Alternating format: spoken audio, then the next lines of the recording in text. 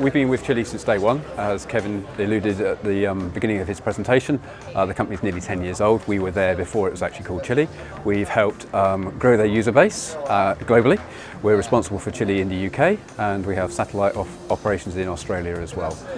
And it's really effective to see that so many of the UK contingents are over here, actually. It's probably the biggest number that we've ever seen at the SPICYtalks, and this is the 5th one that we've been attending.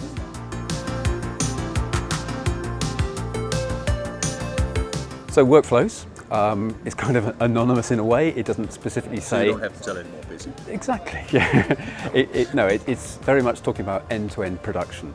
Now typically coming from the more traditional print side of things, that could be file creation, obviously where Chili fits in, web to print platforms, all the way through the end-focus platforms as well for file management and tracking, and imposition and efficiencies gained throughout the whole production touch points.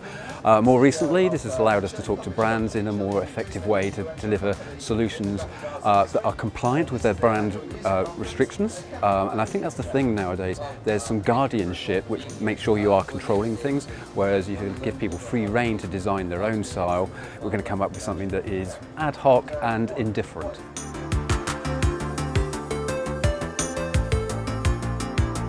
I think there's a fear factor that people don't understand what's involved, and our role is not just to represent a technology, but it's also to the evangelical bit, standing there shouting about what's good, but actually proving for real what can work. And we very much use the technology in practice, and demonstrating the timeliness you can get to market when somebody says we want to make a change to a template or do a different localized variation. We can show that really spontaneously for customers.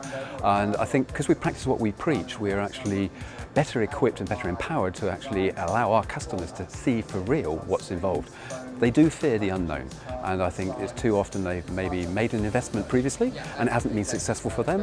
And we work in partnership with our clients to make sure they get a good return on investment.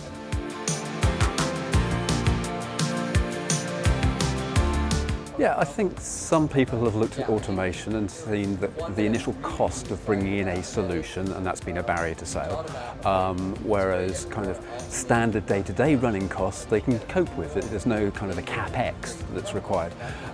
Some of our organisations and clients that we've worked with obviously have outsourcing, where the costs are far less than having a local workforce doing it.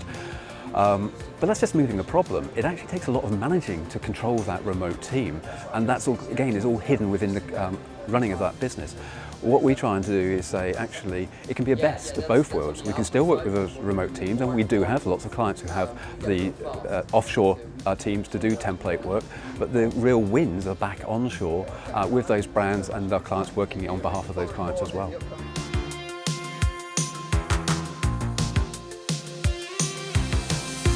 I don't think it's necessarily the price of the software. However, if you take InFocus, it relies on other third-party tools. Some of that you'd already have investments with, other parts of it you might need to make additional investments with.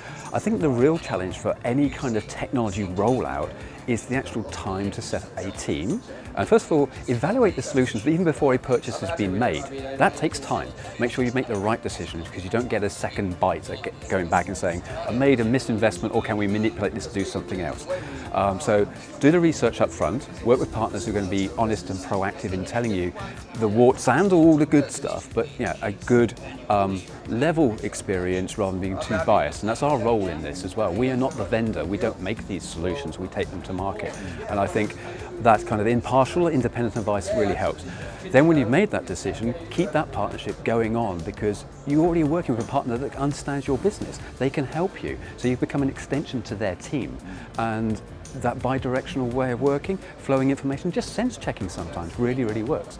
And it's not always something that you can charge for. It's kind of the added value, which is always a challenge to make sure you do that. But that's how our customers come to trust us and work with us. And the loyalty comes from there. So people come back and then say, okay, is there something else we should be looking at? And actually reaching out to us, which is great from a marketing point of view, because that's then zero cost.